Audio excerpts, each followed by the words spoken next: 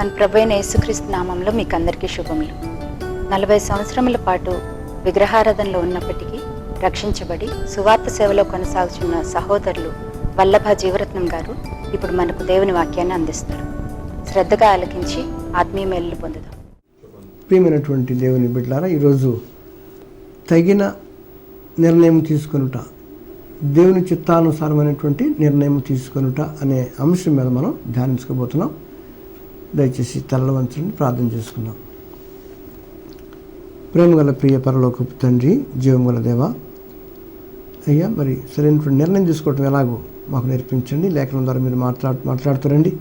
నీ దాసుడు అయోగ్యుడు కనుక అయ్యా నీ దాసుని అయ్యా పాపములన్నీ క్షమించండి. మీరు రక్తప్రోక్షణ ఆశ్రయిస్తున్నాం అయినా మీరు కడగండి, శుద్ధీకరించండి, పవిత్రపరచండి, సహాయపడండి. దాసుని సిలువ చాటును మరుగుపరిచి నీ దాసుని నోటి నియమించిన మాటలు పలికించి వ్యక్తిగతంగా ప్రతి ఒక్కరితో మాట్లాడి మమ్మల్ని దర్శించి సంధించి మా తప్పులు మా యొక్క పాపములు మాకు చూపించి సరిచేసుకుంటూ కొన్ని కృప దయచేసి వాక్యం వినటమే కదా, వాక్యాన్ని విని వాక్యానుసారం జీవించే జీవితాలు మాకు దయచేసి సరైనటువంటి నిర్ణయాలు తీసుకుంటూ ముందుకు కొనసాగుతూ నీకు ఇష్టమైన జీవితం జీవించే కృప మాకు దయచేయమని తల వంచిన ప్రార్థన ప్రతి ఒక్క బిడ్డను మీరు దర్శించి దీవించమని యేసు నామములో వేడుకుంటున్నాం తండ్రి, ఆమేన్.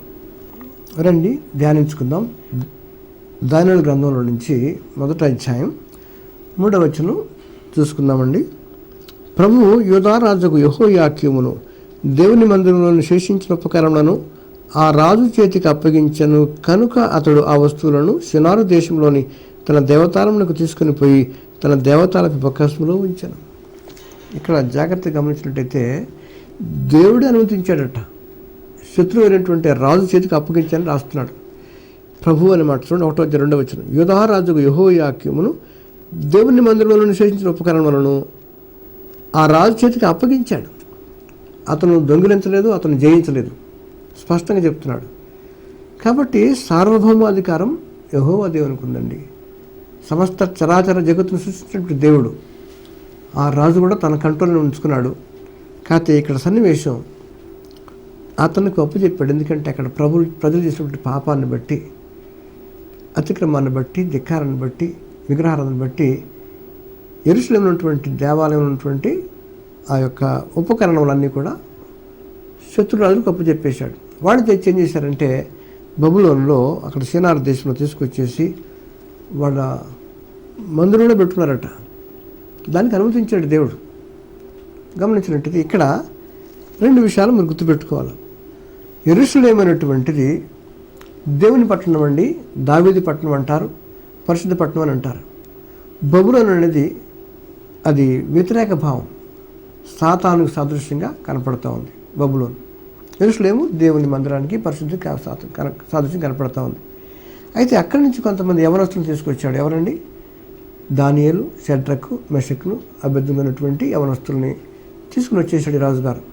తీసుకొచ్చి ఏం చేస్తాడంటే వాళ్ళు ఉపయోగించుకోవాలని చెప్పేసి వాళ్ళు కొంత ట్రైనింగ్ ఇస్తూ వచ్చాడు. ఇక్కడ మామూలుగా గమనించినట్టయితే గవర్నమెంట్లో ఒక 2 years ప్రొబేషనరీ పీరియడ్ అని గవర్నమెంట్లో మనకి స్టేట్ గవర్నమెంట్, సెంట్రల్ గవర్నమెంట్లో ప్రొబేషనరీ పీరియడ్స్ ఉంటాయి. అట్లా బాబిలోన్లో ట్రైనింగ్ పీరియడ్ ఉంది, అక్కడ 3 years ట్రైనింగ్ పీరియడ్. ఈ వచ్చినటువంటి వాళ్ళని చూడండి, ఇక్కడ భాష రాస్తాడు. 1వ అధ్యాయం 3వ వచనం మాట్లాడుతుంది. రాజు 1:3 దానియేలు చదువుతున్నానండి. రాజు అష్పెనెజు అను తన నపుంసకుల అధిపతిని పిలిపించి అతనికి ఎలాగో ఆజ్ఞాపించను. ఇశ్రాయేలీయుల రాజవంశములలో ముఖ్యులై, చక్కటి భాష అండి, ప్రేమ దేవుని బిడ్డలారా, బాగా నేర్చుకుందాం మనం బైబిల్ని. ఇశ్రాయేలీయుల రాజవంశములలో ముఖ్యులై లోపము లేని సౌందర్యమును, సకల విద్యా ప్రవీణతయు, జ్ఞానమును కలిగి తత్వజ్ఞానమును తెలిసిన వారై రాజు నగరునందున నిలువదగిన కొందరు బాలులను రప్పించి వారికి కల్దీయుల విద్యయు భాషయు వారికి నేర్పించు అని చెప్పన్నాడు. ఏమిటంట కండిషన్స్ చూడండి జాగ్రత్తగా ప్రియమైన దేవుని బిడ్డలారా. 1, ఇశ్రాయేలీయుల రాజవంశములు ముక్కులే ఉండాలి. మామూలు వ్యక్తులు పనికిరారు. ఇక్కడ సాతానుకు కూడా ఎవరు కావాలండి? పనికి మాలిన వాళ్ళు కాదు కావాల్సింది, కురూపులు కాదు కావాల్సింది, దిక్కులేని వాళ్ళు, దరిద్రులు కావాల్సింది మంచివాడు అనుకుంటుంటాడు. చూడండి, ఇక్కడ రాజవంశముల వాళ్ళు కాదట, రాజవంశములలో ముఖ్యులై ఉండాలి వాళ్ళు. Important people, VVIPs, important persons. Number 1 ముఖ్యులై. 2వది లోపము లేని సౌందర్యం. అసలు ఆ బ్యూటీకి మీరు అంతులేనటువంటి బ్యూటీ అనమాట. అంత హ్యాండ్సమ్గా ఉండాలి కుర్రాడు. లోపం కన్ను కానీ ముక్కు కానీ చెవి కానీ ఎక్కడ లోపం ఉండకూడదు. దానియేలు అనగానే షడ్రక్ అనగానే మనం అనుకుంటాం షడ్రక్ మెషక్ గుర్తు రాగానే అగ్నిగుండం గుర్తొస్తుంది. దానియేలు అనగానే మనకి ఏం గుర్తొస్తుందండి? సింహాల బోను గుర్తొస్తుంది. అంతవరకే. కానీ వాళ్ళ అందం గురించి బైబిల్లో స్పష్టంగా మనం పట్టించుకొని ఇవన్నీ నేర్చుకుందాం. లోపము లేని సౌందర్యం అంటే మీరు చెప్పండి, వీడు ఎంత అందగాళ్ళు, ఎంతో అందం. కాబట్టి సాతాను కూడా ఎవరు కావాలి? ముఖ్యమైనటువంటి రాజవంశంలో వాళ్ళు కావాలి. రెండవది, అందంలో లోపం ఉండకూడదు. ఆ పాయింట్ మీరు చక్కగా గమనించినట్టయితే లోపము లేని సౌందర్యమును. ఇంకా మూడో పాయింట్ చూస్తుంటే సకల విద్యా ప్రవీణత, expert in all fields. Subjects చూసుకుంటే mathematics, physics, chemistry, engineering, medicine, ఏదైనా సరే అన్ని విద్యల్లో కూడా అత్యవసర మార్కులు 30%, 40% మార్కులు చూడదు, పనికిరాదు సైతానికి. డిస్టింక్షన్ కావాలా? సకల విద్యా ప్రవీణతయు. జ్ఞానం లేనివాడు పనికిరాడు. జ్ఞానమును కలిగి, అంత మాత్రమే సరిపోదండి, తత్వజ్ఞానం తెలిసిన వారే. ఏంటండి? ఫిలాసఫీలో కూడా ఎక్స్పర్ట్స్ అయి ఉండాలి. ఇన్ని కండిషన్స్ చూసుకుంటున్నాడు సాతాను. గమనించండి, మళ్ళీ రిపీట్ చేస్తున్నాను. ఒకటి, ఇశ్రాయేలుల రాజవంశములలో ముఖ్యులు, నెంబర్ 1. రెండవది, లోపము లేని సౌందర్యము, నెంబర్ 3. సకల విద్య ప్రవీణత, నెంబర్ 4. జ్ఞానము కలిగి, నెంబర్ 5. తత్వజ్ఞానము తెలిసిన వారై, నెంబర్ 6. రాజనగరునందు నిలువదగిన కొందరు బాలులను రప్పించి. రాజుగారు నిలబడటానికి అర్హత కావాలి. వాళ్ళ స్టాచ్యూర్ నిలబడే విధానం కానీ, పద్ధతి కానీ, భయభక్తులు కానీ, పెద్దవాళ్ళ ముందు ఎలా ఉండాలో అది కూడా తెలిసి ఉండాలట. ఇన్ని రకాలుగా ఉన్నటువంటి వ్యక్తులు ఎన్నుకుని తీసుకొచ్చాడు. ఎక్కడికి? బబులోను సంస్థానానికి. ఎక్కడి నుంచి అండి? యెరూషలేము తీసుకొచ్చాడు. వీడికి ఏం చెప్తున్నాడంటే, వీడికి ట్రైనింగ్ ఇస్తున్నాడు. ఇక్కడ మీరు 1వ అధ్యాయం 5వ వచనం చూస్తే ఏం కనపడుతుంది? కల్దీయుల విద్యయు భాషయు వారికి నేర్పించుము. ఏం చేశాడండి? కల్దీయుల విద్య నేర్పించమన్నాడు, భాష నేర్పించమన్నాడు.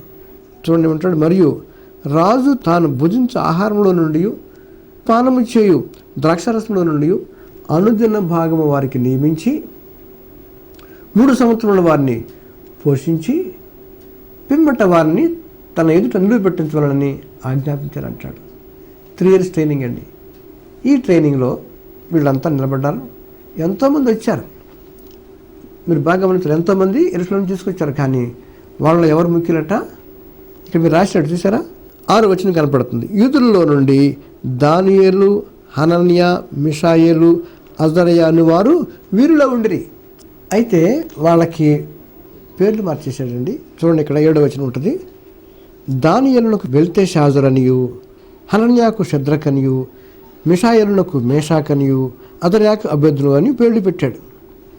పేర్లు మార్చేశాడు. బాగా గమనించినట్టయితే వారికి విద్య మార్చాడు. రెండవది, భాష మార్చాడు, ఆహారం మార్చాడు, పానం మార్చాడు, పేర్లు మార్చాడు, అన్నీ మార్చేశాడు.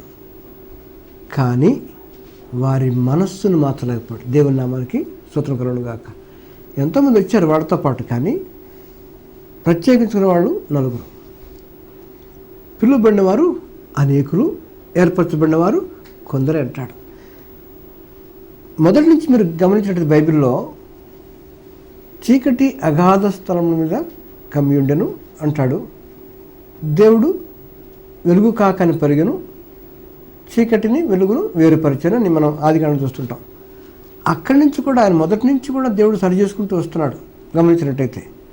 అలాగే న్యూ టెస్ట్మెంట్కి వస్తే చీకటికి వెలుగునకు పొత్తి ఏమి, విశ్వాసకి అవిశ్వాసకి పొత్తి ఎక్కడ, వెలుగుకు చీకటి పొత్తి ఎక్కడ అని అనేక రకాలు రాస్తూ ఉంటాడు. అంటే ఏంటనమాట?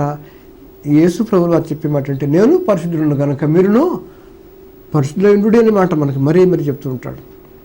పిల్లరా గమనించండి, ప్రత్యేకించుకున్న జీవితాలు మనకు కావాలి. సాతానుడు కొట్టుతో మనల్ని, పిల్లల్ని పాడు చేస్తూ వస్తున్నాడు. ఇన్ని రకాలుగా మార్చేశాడు. అయినప్పటికీ వారి మనసుని మార్చలేకపోయారు. మనమైతే అన్ని రకాల రాజభోజనం పెడుతున్నారంటే ఎంత క్లాస్ భోజనం అండి, ఎంత కాస్ట్లీ భోజనం పెడతాడు. అయినా కానీ వీడు ఒప్పుకోలేదు. ఎందుకని? దానియేలు, షడ్రక్, మెషక్ని యొక్క ఒక డెసిషన్ మేకింగ్, ఒక మంచి మాట చెప్తాడు. చూడండి, 1వ అధ్యాయం 8వ వచనం. రాజు భుజించు భోజనమును, పానము చేయు ద్రాక్షరసమును పుచ్చుకొని తన్ను అపవిత్రపరచుకొనకూడదని దానియేలు ఉద్దేశించి తాను అపవిత్రుడు కాకుండానట్లు వాటిని పుచ్చుకొనకుండా సెలవిమ్మని నపుంసకుల అధిపతిని వేడుకొనగా. ఎంత చక్కటి భాష అండి. వచ్చేసారు పరిశుద్ధ పట్టణం నుంచి అపవిత్రుని పట్టణంకి వచ్చారు, దేవుని రాజ్యం నుంచి సాతానంగా పడిపోయారు, కానీ వారి పవిత్రతను కాపాడుకోవటానికి ఎంతో ప్రయత్నం చేస్తున్నారు. ఇందులో లీడర్షిప్ ఎవరిది? దానియేలు అండి. ఆయన అంటున్నాడు, ఇటువంటి చోట మీరు పడిపోయాను, అన్నీ మార్చేశాడు, నా మనసులో మాత్రం ట్రై చేస్తున్నారు, కానీ నేను మారకూడదు. నేను చిన్నప్పటి నుంచి నేర్చుకున్నటువంటి వాక్యాన్ని జ్ఞాపకం చేసుకున్నాడు. తల్లిదండ్రులు ఎంత బాగా పెంచారో మీరు ఆలోచించుకోవాలి. తల్లిదండ్రుల పేరు ఇక్కడ రికార్డు లేదు, కానీ చిన్నప్పటి నుంచే భక్తులు పెంచాలనే విషయం మనం నేర్చుకుంటున్నాం. అన్నా పెంచింది, షారా అబ్రహాముల బిడ్డలను ఇస్సాకుని పెంచారు. అట్లా మీరు చూసినట్టయితే ఎలిజబెత్ మరి వారి పిల్లల్ని యోహాన్ని పెంచింది. చిన్నప్పటి నుంచే భక్తుల్లో వాళ్ళని పెంచడం జరిగింది. మంచి వాక్యాన్ని నేర్పిస్తూ వచ్చారు. ఇక్కడ గమనించినట్టయితే వీళ్ళకి ఎంత బోధ చేయకపోతే ఎంత స్ట్రాంగ్గా ఉన్నారో మీరు ఆలోచించాలి. ఇక్కడ ఒక డెసిషన్ మేకింగ్లో మంచి మాట మీకు జ్ఞాపకం చేస్తున్నాను. ఇటువంటి భోజనం అంటే అక్కడ ఏంటంటే వాడు రాజభోజనమే, కానీ విగ్రహారాధికులు వాళ్ళంతా అటువంటి భోజనం తిని తను అపవిత్రపరచుకోనకూడదని చెప్పేసి అనుకున్నాడట దానియేలు. వద్దు బాబు, మాకు వద్దన్నాడు. ఆశ్చర్యపోయారు వాళ్ళంతా. ఏంటి నువ్వు ఇట్లా వద్దంటే మిగతా వాళ్ళ ముఖాల కంటే నీ ముఖాలు వాడిపోతే నా ఉద్యోగం పోదని చెప్పి అధికారులు మాట్లాడారు. అయినా కానీ పాపం బతులు ఆడుకుని ఒక 10 రోజులు టైం ఇవ్వన్నాడు. ఎంతండి? ఒక 10 days టైం ఇచ్చేవాడి, మాకు కాయగూరలు పెట్టండి, మాకు భోజనం వద్దని చెప్పి అన్నారు. మాకు రాజు భోజనం వద్దు, ఆ యొక్క వైన్స్ డ్రింక్స్ మాకు వద్దు. చూడండి ఎంత కాస్ట్లీ ఫుడ్ ఉందో, దాన్ని నెగిటివ్ చేస్తున్నాడు. తిండిపోతూ కాకూడదని చెప్పి బైబిల్లో సెలవుస్తుంది. చూద్దాం ఒక మాట.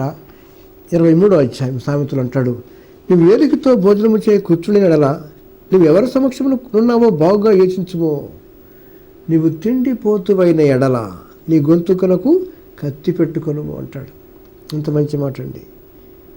గొప్ప దేవుడు, జాగ్రత్తగా ఉండమంటున్నాడు. అక్కర్లా రాజుగారి ముందు కూర్చుంటే ఎలా ఉండాలో కూడా చెప్పేశాడు సొలొమోను మహారాజు. ఇవన్నీ పాటిస్తూ వచ్చాడు. ఎలా పాటించాడంటే పరిశుద్ధాత్మ దేవుడు దానియేలుకు తోడుగా ఉన్నాడు కాబట్టి ఆయన అంత నిష్ట ఉండగలిగాడు. ఇంకా మీకు ముందుకెళ్ళినట్టయితే అక్కడ ముఖ్యమైన డెసిషన్ మేకింగ్ ఎక్కడ వచ్చిందంటే తను అపవిత్రుడు కాకుండానట్లు వాటిని పుచ్చుకొనకుండా సెలవిమ్మని నపుంసకుల అధిపతిని వేడుకొనగా అనగానే 9th verse రాగానే మారిపోతుంది. అప్పుడు వెంటనే దేవుడు ఎంటర్ అయిపోయాడండి. ఎంటర్ 9th verse వచ్చి 9వ వచనం మాట్లాడుతుంది, దేవుడు నపుంసకుల అధిపతి దృష్టికి దానియేలునకు కృపా కటాక్షమునంద అనుగ్రహించను అంటాడు. నిజంగా ఎంత మంచి మాట్లాడి దేవుని నామానికి స్తోత్రం కలుగును గాక. ఎప్పుడైతే దానియేలు తన యొక్క పవిత్రతని, తన యొక్క పరిశుద్ధతని, తన యొక్క యథార్థతని, దేవునితో ఉన్నటువంటి సంబంధాన్ని కాపాడుకోవటానికి తాపత్రయపడుతున్నాడో ఈ ఒక్క మంచి ఉద్దేశం, రైట్ డెసిషన్ దేవుడిని కదిలించేసింది. అప్పుడు దేవుడు దిగి వచ్చాడండి. వెంటనే ఏమంటున్నాడు? అప్పుడు అనగానే 8వ వచనం పూర్తి కాగానే 9వ వచనం వచ్చేటప్పటికి దేవుడు దానియేలునకు కృపా కటాక్షమునందా అనుగ్రహించను అంటాడు. ఎవరికి ఇస్తారండి కృప? ఎవరికి పడుతుంది? మనం చూస్తున్నప్పుడు దేవుడు అహంకారం ఎదిరించి దీనులకు కృప అనుగ్రహిస్తారన్నమాట. లేఖనాలను చూస్తూ వచ్చాం. యాకోబు 4:6, 1 Peter 5:5 రాయబడింది. కాబట్టి తను తీసుకున్న నిర్ణయం గొప్పది. మనలాగా ఆశపడేవాడు కాదు, తిండికి ఆశపడలేదు. అతను ఎంతసేపటికి నేను ఎలా పవిత్రంగా ఉండాలి, ఈ 10 ఆజ్ఞలు నాకు నేర్పించే తల్లిదండ్రులు ఎలా బ్రతకాలి, ఎలా నేను కాపాడుకుంటూ ఉండాలా, ఎలా యథార్థంగా ఉండాలా, దేవుని హత్తుకుని జీవించాలా అనే ప్రార్థనా జీవితం అనేటువంటి దావీదు, లీడర్షిప్ క్వాలిటీస్ కలిగిన దానియేలు యవనస్తులకు అందరికీ మాదిరికరంగా ఉన్నాడు. ఇంకా కొంచెం మనం జ్ఞాపకం చేసుకున్నట్టయితే దానియేలు ఇంకా ముందుకెళ్ళాడు. ఇక్కడ మొట్టమొదటి పాయింట్ అంటే ఈ దానియేలు గ్రంథం అంతటికి కూడా మూలవాక్యం ఏదండి? 1వ అధ్యాయం 8-9 వచనాలే. ఇది key verse of the book of Daniel. Daniel అంటే అర్థం ఏంటంటే గాడ్ ఈజ్ మై జడ్జ్, యెహోవా నాకు న్యాయాధిపతి అని చెప్పేసి అర్థం వచ్చేటువంటి భాషలో దానియేలు పేరు పెట్టారు. ఏల్ అని వచ్చే అన్ని దేవుడున్న మాట్లాడండి. దానియేల్, రఫాయేల్, మిఖాయేల్, అట్లా ఏది తీసుకున్న ఏలు వచ్చిందంటే అది దేవుడు. హిబ్రూ భాషలో ఏలు అంటే దేవుడు అనే పదం మీకు జ్ఞాపకం వస్తుంది. ఎప్పుడైతే 10 రోజులు మనప్పుడు వాడు పాపం మీకు అందరూ తెలిసిన విషయమే, 10 days టైం ఇచ్చారు. 10 రోజులు అయిపోయింది. మాకు ఇక్కడ ఇంకో మాట అంటాడు, 12 వచనం మాట్లాడుతుంది. 1:12 భోజనములకు శాఖధాన్యదులను పానములకు నీళ్లును మీ దాసుల మగు మాకు ఇప్పించి దయచేసి 10 దినముల వరకు మమ్మ పరీక్షింపమంటాడు. 10 days టైం ఇవ్వండి, మాకు కాఫీ టీలు అక్కర్లేదు, బోర్నమెంట్ అక్కర్లేదు, డ్రింక్స్ అక్కర్లేదు, రాజుగారి భోజనం అక్కర్లేదు, రాజుగారి తిండి మాకు అక్కర్లా. నెగిటివ్ చేసి పారేశారు. మన పిల్లలైతే మరి మామూలుగా అయితే ఏదో మంచి భోజనం పెడతాం తినమని చెప్పి అంటాం. మనం హాస్టల్లో ఉంటే ఏదైనా కానీ ప్రార్థిస్తున్నాయి బాబు ఏం కాదు అంటామేమో మనం. వాడు అలా అనలేదు. ఎంత నిష్ట అండి వాడికి, ఎంతో నిష్టగల యూదులు కుర్రవాళ్ళు, యవనస్తులు, ఎంత భక్తిగా కుటుంబంలాగా వాళ్ళు పెరిగారు. కాబట్టి తల్లిదండ్రులు దూరం అయినప్పుడు కూడా వాళ్ళు భక్తి మార్గం విడిచిపెట్టలేదు. మన పిల్లలు హాస్టల్కి వెళ్ళిపోయి దూరం వెళ్ళిపోతే ఎలా పోతున్నా మనకు అర్థం కాదు. భ్రష్టు పట్టిపోతున్నటువంటి ఈ రోజుల్లో మంచి ఉదాహరణ దానియేలు. మన యవనస్తులకి మంచి మాదిరికరమైనటువంటి క్యారెక్టర్ అండి దానియేలు. అప్పుడు 10 days అడిగాడు. అన్నప్పుడు ఓకే అన్నారు వాడు అధికారులు. ఆ పానదాయకుడు ఆ యొక్క భక్ష్యకారులు వాడు ఒప్పుకున్నారు. అయితే ఏం జరిగిందంటే ఈ 10 days కూడా నిజంగా ఎంత మంచి ప్రార్థించుంటారో దానియేలు, షడ్రక్, మెషక్ అబేద్నెగో. ఆశ్చర్యం వస్తుంది. 10 days అయిపోయిందండి. 1:15 మాట్లాడుతుంది. 1వ అధ్యాయం 15 వచనం. 10 దినములైన పిమ్మట వారి ముఖములు రాజు భోజనము భుజించు బాలురు అందరి ముఖముల కంటెను సౌందర్యముగాను కళగాను కనబడగా అంటాడు.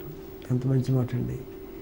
వాడు మాంసం తిన్నారు, ఫ్రూట్స్ తిన్నారు, చికెన్ తిన్నారు, మటన్ తిన్నారు, ఏ చికెన్ తిన్నారు, ఏ జింజర్ చికెనో, చికెన్ 65 ఏం తిన్నారో, కానీ వాళ్ళందరికంటే కూడా ఎటువంటి ఫ్రూట్స్ తిన్నారు, క్వాలిటీ ఫుడ్ తిన్నారు వాళ్ళు. విస్కీ, బ్రాండీ, బీర్ ఎన్ని తాగారు కానీ ఇవన్నీ వాళ్ళు తాగిన వాళ్ళకి తిన్న వాళ్ళకంటే కూడా దేవుని యందు భయభక్తులు బిడ్డలకి మాత్రం ఇలా ఉన్నారంట. చక్కటి భాష. 1:15 మాట్లాడుతుంది. 10 దినములు అయిన పిమ్మట వారి ముఖములు రాజు భోజనం భుజించి బాలురు అందరి ముఖముల కంటే సౌందర్యంగాను కళగాను కనపడగా అంటాడు. సౌందర్యం వచ్చిందంట, కళ వచ్చిందంట. ఏదండి? ఆ మామూలు కాయగూరలు తింటూ మామూలు మంచినీళ్ళు తాగే పిల్లలకి మంచి కళ వచ్చింది, సౌందర్యం వచ్చింది. ఎంత గొప్ప దేవుడు అండి. దేవుని నామానికి నమ్మకరుడు కాక. ఏం తింటున్నావు దానిలో ముఖ్యమైన పాయింట్ లేదు కానండి. నిర్గమకాండం ఒక మాట రాశాడండి, మీకు జ్ఞాపకం ఆశపడుతున్నాను. 23వ అధ్యాయం నిర్గమకాండం 25వ వచనం మాట్లాడుతుంది. 64 పేజీలు ఉంటుంది అది. నీ దేవుడని యెహోవానే సేవించవలను. అంటే దేవుణ్ణి నువ్వు ఆరాధించాలి. ఏ దేవుడిని మొక్కకూడదు, విగ్రహాలు తినకూడదు, ఎక్కడికి వెళ్ళకూడదు. నీ దేవుడిని యెహోవాని సేవించవలను. అప్పుడు ఆయన నీ ఆహారమును నీ పానమును దీవించును అంటాడు. అక్కడ సేవించాలా, ఇక్కడ ఎప్పుడండి?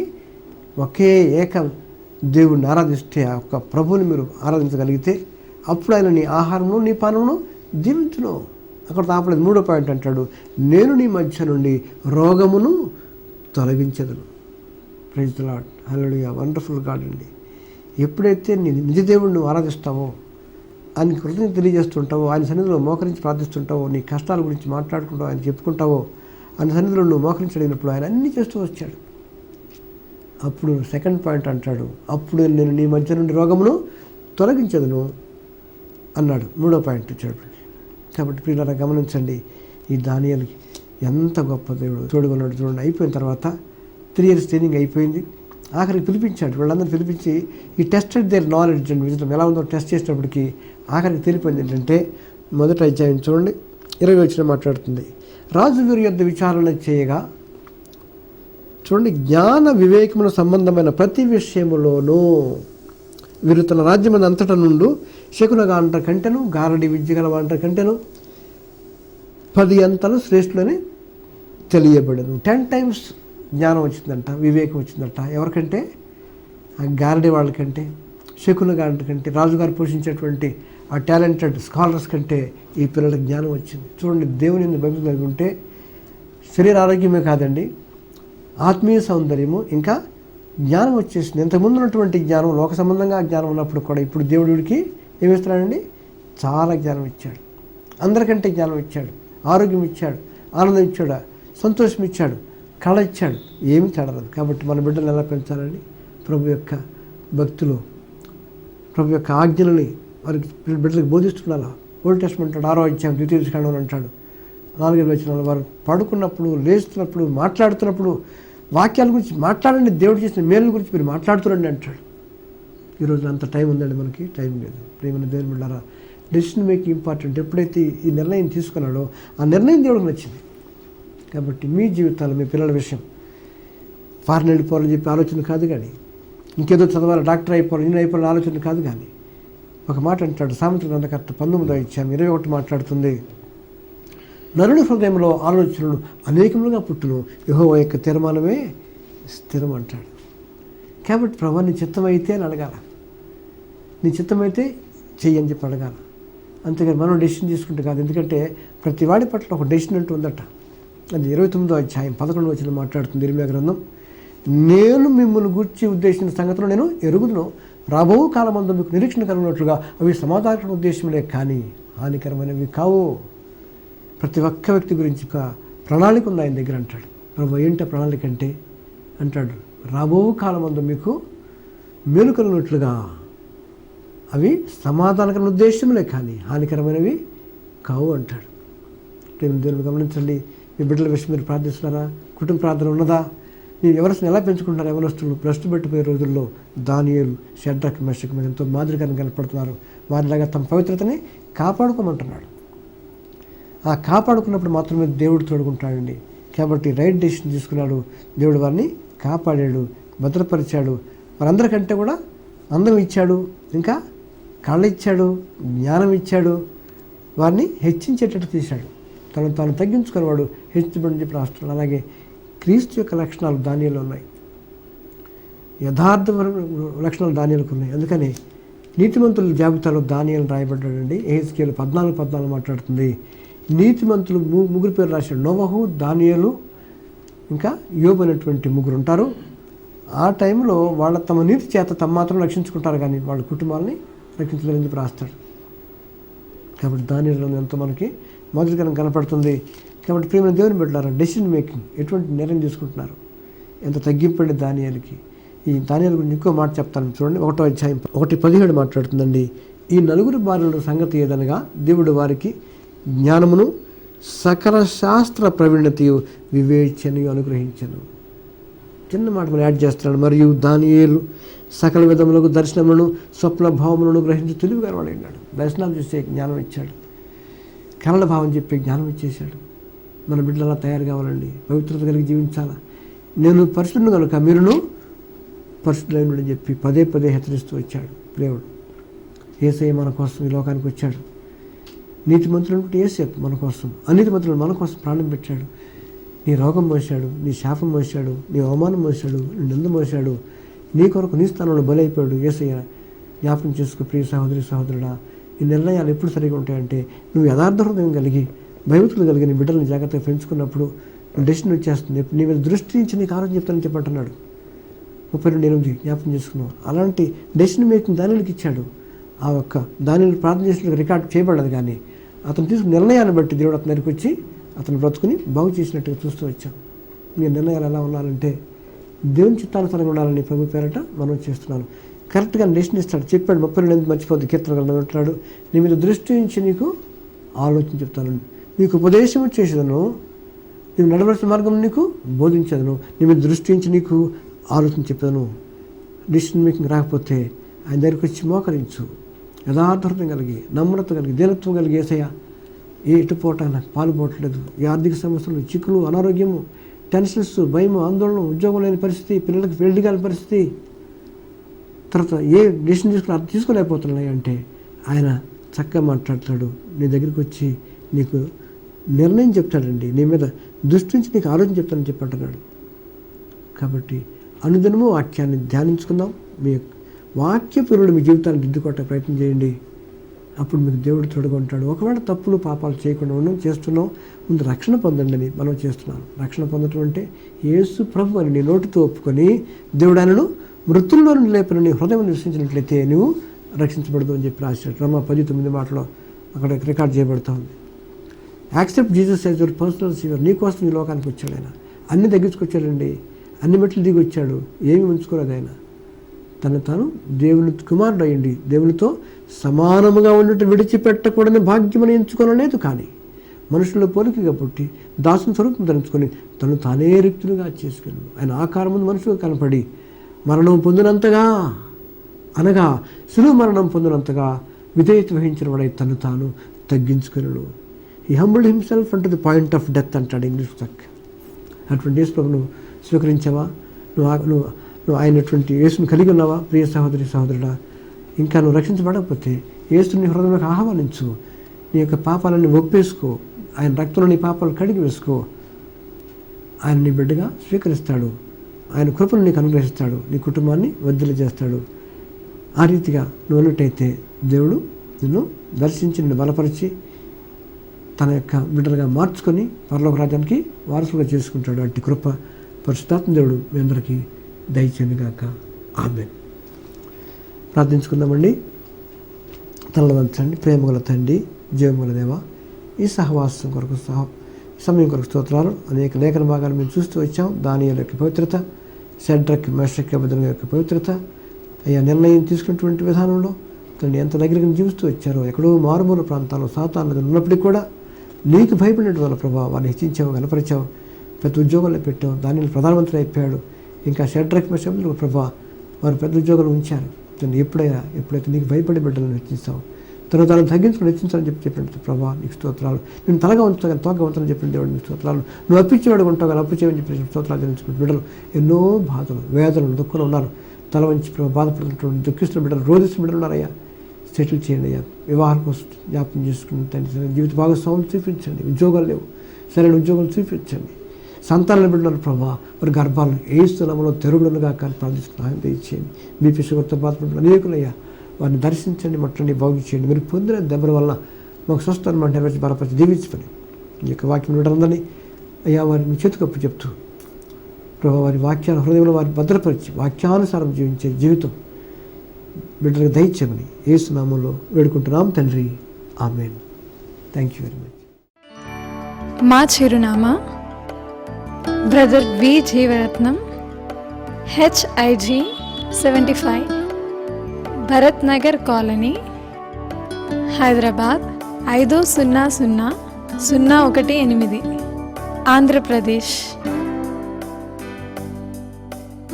మా ఫోన్ నంబర్లు 94555792 మరియు 9492225911.